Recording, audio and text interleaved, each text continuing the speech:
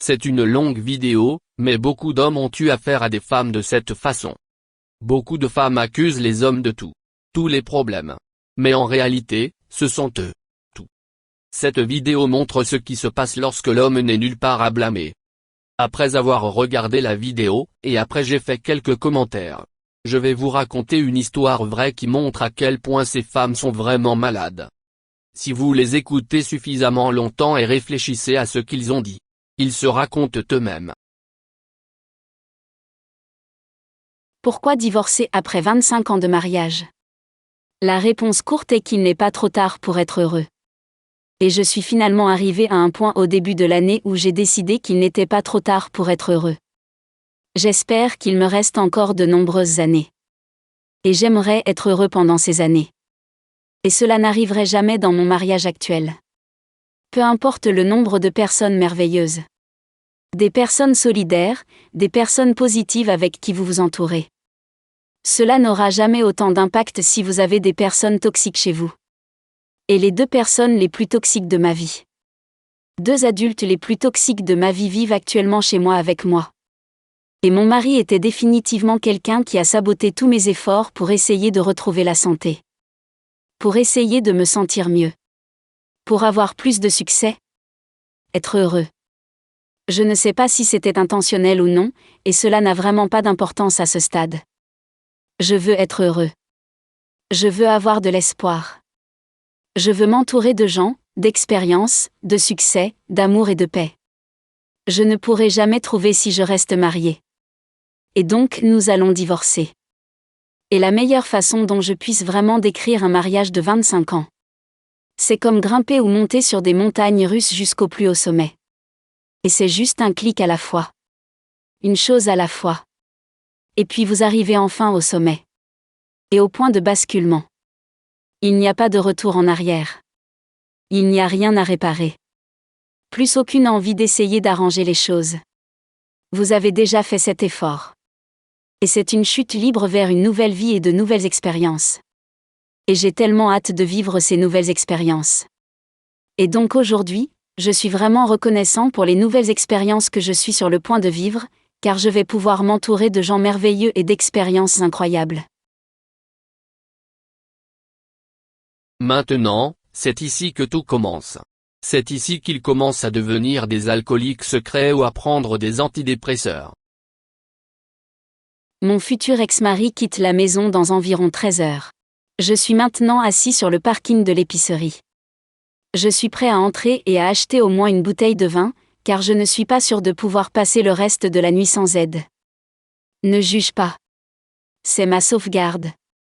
Je vais d'abord aller marcher. Mais ça a été une journée incroyablement stressante. Il s'attendait à ce que je fasse les bagages. Préparer tout pour qu'il puisse charger la voiture. Pour qu'il puisse simplement tout parcourir pour trouver des choses. Tout aujourd'hui. La veille de son départ. Et je ne gère pas très bien le stress ce soir. Il sait que non seulement il quitte la maison, mais qu'il quitte l'État cette semaine. Il est connu depuis 2 semaines et il n'a rien fait avec notre fils avant de partir. Pas un repas plus grand ou égal à ne pas aller au cinéma. Rien. Je ne comprends pas ça. Je ne comprends pas du tout. Je ne pleure pas parce qu'il s'en va. Je suis juste contrariée pour mon fils pour les choses qui, je pense, lui manquent. Mais aucune de mes larmes de ce soir ou de demain n'est liée à la tristesse de ce qui se passe. Notre mariage est terminé depuis longtemps. Nous vivons des vies séparées depuis longtemps. Il dort sur le canapé de son propre choix depuis des années. Nous avons été colocataires. Et maintenant je cherche à divorcer pour officialiser les choses, afin qu'il puisse complètement avancer dans sa vie, et je puisse continuer avec la mienne. J'ai encore de l'espoir pour le bonheur, pour de bonnes relations et pour des amitiés. Aujourd'hui, j'aurais besoin d'un peu de prière. J'aurais besoin d'un peu d'aide et de commentaires de soutien parce que je ne sais pas comment je vais passer le reste de la journée. Alors s'il vous plaît, envoyez des pensées et des prières positives. Et tout ce que vous pourriez penser de ma façon de m'aider à passer le reste de la journée et demain matin. Merci. Elle dit qu'elle pleure non pas parce qu'il part mais à cause de son fils. Connerie. Si c'était à cause de son fils, alors elle devrait être en colère et non triste. Je ne pleure pas. En plus, elle devrait être heureuse. Il sera enfin parti. L'homme qui a causé tous ces problèmes. Alors pourquoi n'est-elle pas heureuse? Pourquoi se sent-elle stressée? Ces types de femmes inventent des excuses pour blâmer les autres pour leurs problèmes. Et quand vous êtes coupable, vous devez être puni. Je dois te punir pour que tu arrêtes. C'est leur état d'esprit.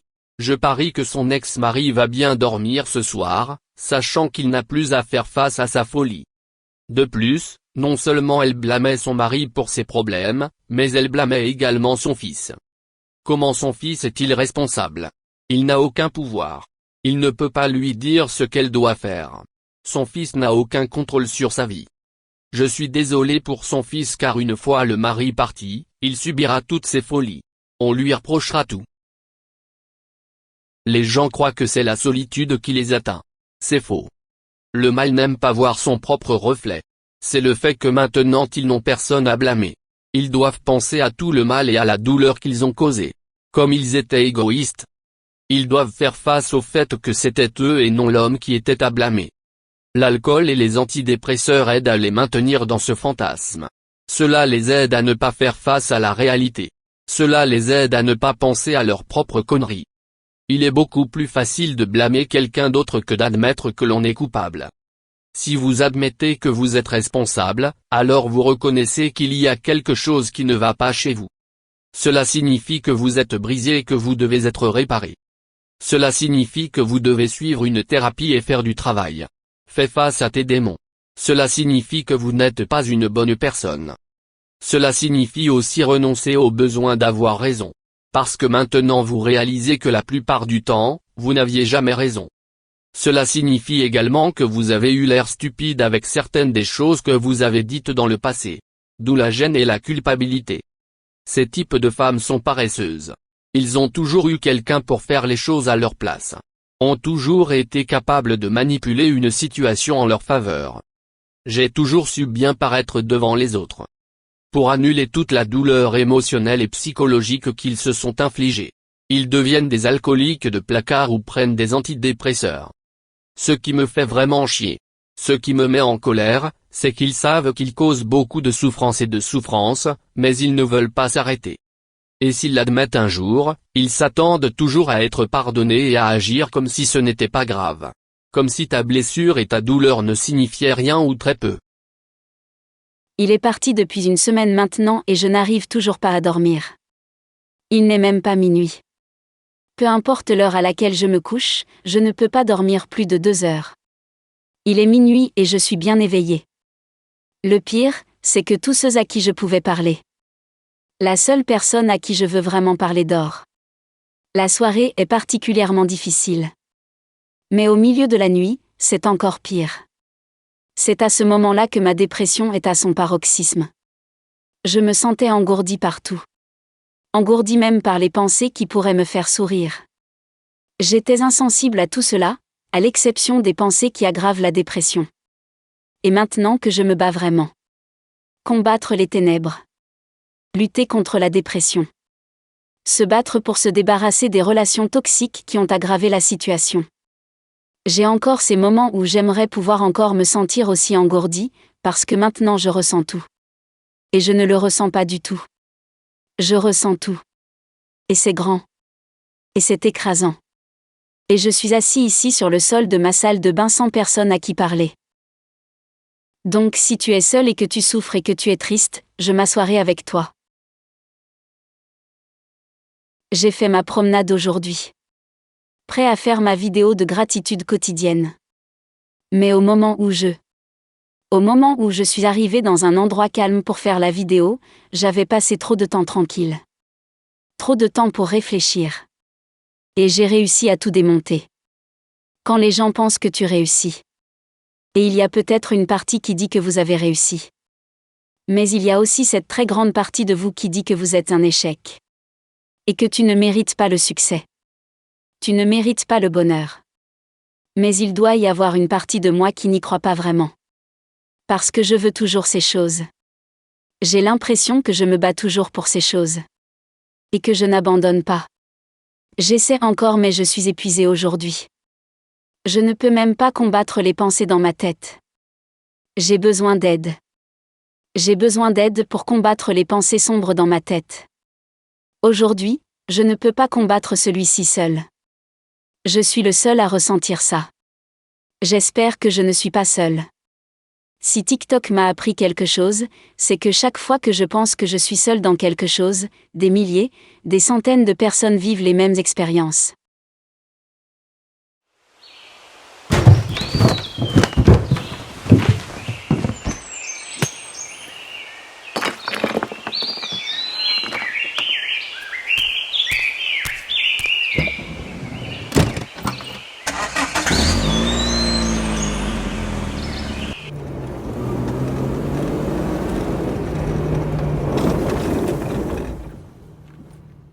Une de mes amies était si fière de cette histoire qu'elle m'a racontée. Mais elle ne réalisait pas ce qu'elle me disait. Elle attribue ces 2 mariages ratés aux hommes. Mais c'était tout elle.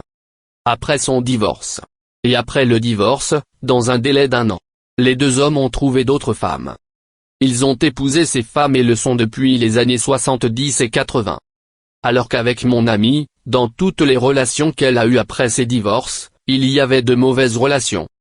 Si le problème venait des hommes, alors ces derniers auraient dû avoir de mauvaises relations après elle. Mais la seule à avoir eu de mauvaises relations après le divorce, c'était elle. Cela prouve donc que le problème ne venait pas des hommes mais d'elle. Pendant son mariage avec son 2e mari, elle avait un emploi et travaillait. L'homme n'avait pas de travail. Elle a acheté une maison délabrée après leur mariage, mais a gardé la maison à son nom. La maison ne coûte que $1. Cela montre à quel point la maison était en mauvais état. En plus, c'était dans un mauvais quartier de la ville. Son mari a dû vider la maison. Lorsqu'il a commencé à travailler sur la maison, celle-ci n'était qu'une coquille. Il a dû installer tous les nouveaux murs intérieurs, plomberie, toiture, électricité, chauffage et climatisation. Tout. Il a tout fait lui-même, sans l'aide de personne. Oui, elle a acheté tous les matériaux, mais c'est lui qui a fait tout le travail. Et la main-d'œuvre peut coûter bien plus cher que les matériaux. Et même après tout cela, elle ne voulait toujours pas inscrire son nom sur le titre. Donc, il se sentait probablement utilisé. Ajoutez à cela qu'elle a refusé de prendre son nom de famille. Elle attribue tous les problèmes à son désormais ex-mari. Et à la façon dont elle raconte l'histoire, on pourrait croire que c'était un bon à rien. Mais je pense qu'il réagissait à ses abus. Avant leur mariage, elle n'était pas comme ça. En gros, elle a caché qui elle était. Et ils sont sortis ensemble pendant 5 ans avant de se marier. Les femmes peuvent cacher leurs conneries aussi longtemps qu'il le faut. Lorsqu'ils se sont mariés, elle savait qu'il n'avait pas de travail. Elle savait qu'il n'était pas instruit. Mais elle savait aussi qu'il possédait toutes les compétences et connaissances nécessaires pour réparer une maison. Après avoir écrit cette histoire, j'ai réalisé que je connaissais 5 autres histoires comme celle-ci. Et ce que je réalise aussi, c'est que beaucoup de ces femmes ne se disent peut-être pas féministes, mais elles ont tout un état d'esprit féministe.